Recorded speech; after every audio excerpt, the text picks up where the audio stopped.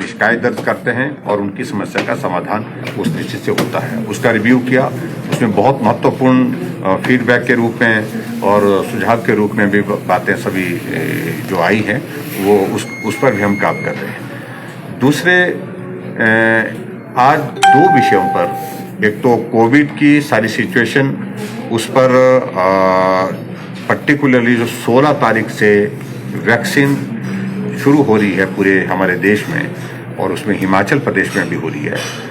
उस दृष्टि से हमारी तैयारियां डिप्टी कमिश्नर के साथ डिटेल में डिस्कशन के बाद, क्योंकि कल प्रधानमंत्री जी के साथ जो वीडियो कॉन्फ्रेंस हुई थी उसमें सारी विस्तार से प्रेजेंटेशन हुई है। प्रेजेंटेशन के बाद सारी टेक्निकल चीज़ों को लेकर के उसमें बताया गया है, वही बातों को लेकर के आज प्रेजेंटेशन के माध्यम से डिप्टी कमिश्नर्स तक नीचे तक पहुंचाएगा ताकि प्रभावी ढंग से ये सारा काम हमारा शुरू हो सके। और मुझे इस बात को लेकर के जो आपको जो जानकारी देनी है, हिमाचल प्रदेश में जो वैक्सीन आ रही है इस फर्स्ट फेज के इसमें तो सीरम इंस्टीट्यूट है उसके माध्यम से आ रही है और 93,000 डोजेज उसमें होंगी, कोविशील्ड के नाम से होगी है। और उसमें 386 जो है हमारे कोल्ड चेन पॉइंट्स जो बने हैं हिमाचल प्रदेश में, वहाँ तक इसको पहुँचाएंगे।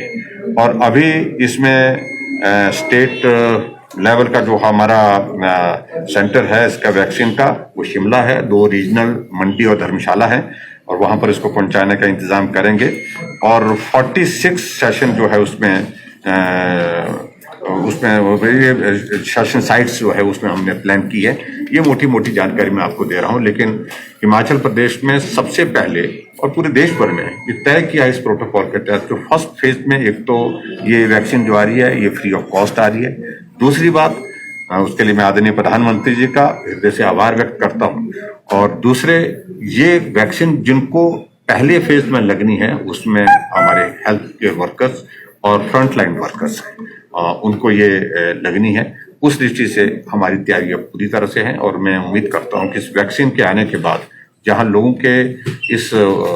का उत्साह जो है इस वायरस की डर के कारण जो है वो जो पिछले कुछ दिनों से हम देख रहे थे कि परेशानी में लोग थे, तो उस उत्साह में जो है वो बढ़ोतरी होगी और उसके साथ में इसको रोकने में हम सफल होंगे।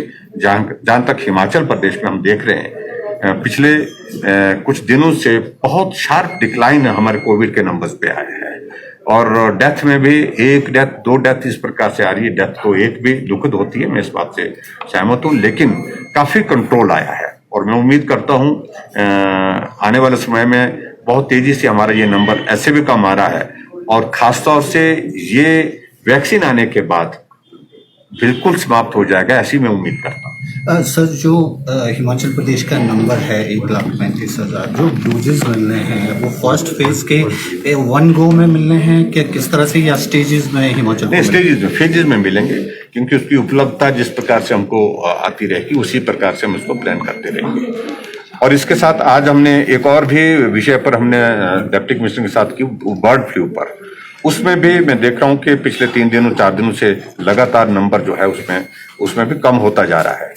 हम इसी बात को देख रहे हैं कि कहीं और जगह तो ये संक्रमण पक्षियों के माध्यम से तो नहीं पहुंचा, लेकिन अभी तक इस तरह की रिपोर्ट नहीं आई। अभी तक पौंग डैम के उस एरिया में वहां पर जो माइग्रेटरी बर्ड्स हैं उनमें भी आया और उसके साथ लोकल जो वहां पर जो कौवे होते, क्रो है, उसमें भी पाया गया है। इसमें तो सच्चाई है, लेकिन वहां हमने हिमाचल प्रदेश सरकार की ओर से जो निर्णय लिए हैं उनको और ज्यादा बेहतर ढंग से एनिमल हस्बेंड्री और फॉरेस्ट डिपार्टमेंट की ओर से लागू करने के लिए जो चीजें तय की है। जो एपी सेंटर है 1 किलोमीटर का, उसमें तो किया ही है, लेकिन 10 किलोमीटर का सर्विलेंस एरिया जो जितना है उसको बेहतर ढंग से मैनेज और उसमें कोई इस तरह का पक्षी ये जानवर ना जाए, आदमी ना जाए, उस सारी चीज को सुनिश्चित करने के लिए कोशिश की। एक और निर्णय हमने उसमें लिया पिछले कल, उसमें यही निर्णय लिया कि 7 दिन तक जो बाहर से हमारे पोल्ट्री का जो ये आता है, सप्लाई आती है, तो वो सप्लाई जो है उसको हमने कहा कि 7 डेज के लिए उसको रोक, क्योंकि दूसरे प्रदेशों में रिस्ट्रिक्ट किया है, रोका है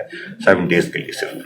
पूरे राज्य में सर, या पूरे राज्य में? सर, जो पोल्ट्री के सैंपल लिए गए थे सोलन और कांगड़ा जिला के, क्या उसमें नहीं पाया गया है वायरस? नहीं, पोल्ट्री के सैंपल में नहीं पाए गए।